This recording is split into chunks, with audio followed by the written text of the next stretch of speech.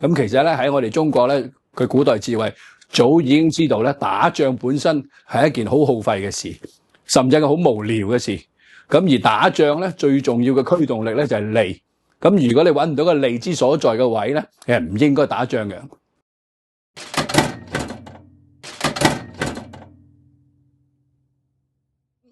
特朗普咧其實就係一個咧超級民轉軍嘅高手。點樣民轉軍咧？以前咧你會睇到咧好多政府咧都有經過好多議程啊，有好多法律顧問啊，有咩國際調停啊，咁好多時咧做事咧就議而不決。咁今次咧佢繞過晒好多嘅渠道，唔攞國會嘅批准啦，亦都唔會太理嘅法律顧問啦，直情去捉咗馬杜羅。咁就一條理由就話馬杜羅係個毒販，我就想審過你噶啦，不過咧你就唔嚟審，咁我咪捉你翻嚟審咯。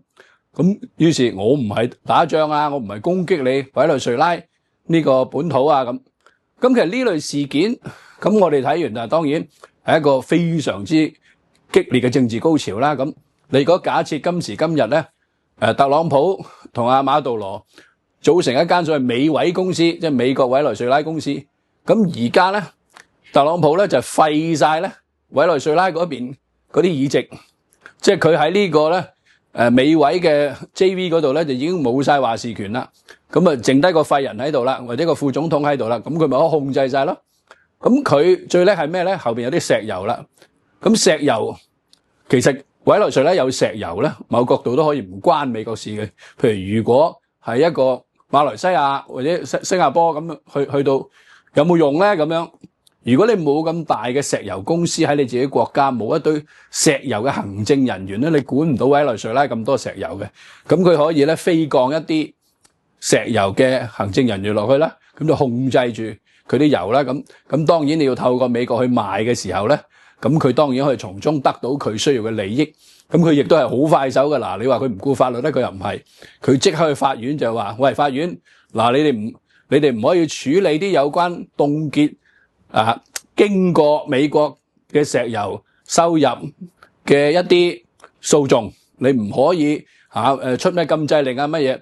即係嗰個叫 throughput， 咩叫 throughput 咧 ？output 大家都知啦，就輸出。throughput 咧就係兜個圈走，喺呢度兜圈，唔准阻住我兜圈。咁佢出咗一個咁嘅緊急法令，令到咧美國嘅法庭咧，雖然話三權分立咧，都唔可以掂呢啲嘢。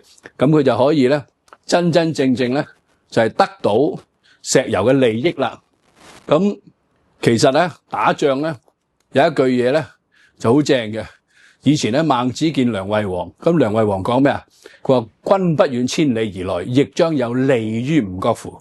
嗱，咁長大家可能聽唔到，但你聽到個利就得噶啦。喂，阿生你咁遠過嚟，你對我有咩利咧？咁樣咁其實咧喺我哋中國咧，佢古代智慧早已經知道咧，打仗本身係一件好耗費嘅事，甚至係好無聊嘅事。咁而打仗咧最重要嘅驅動力咧就係利。咁如果你揾唔到個利之所在嘅位咧，其實唔應該打仗嘅。如果中意我哋條片，就訂閱我哋私相授受啦。若果撳埋個鐘仔呢，我哋逢有新片呢，都會即時通知你嘅。下條片再見啦。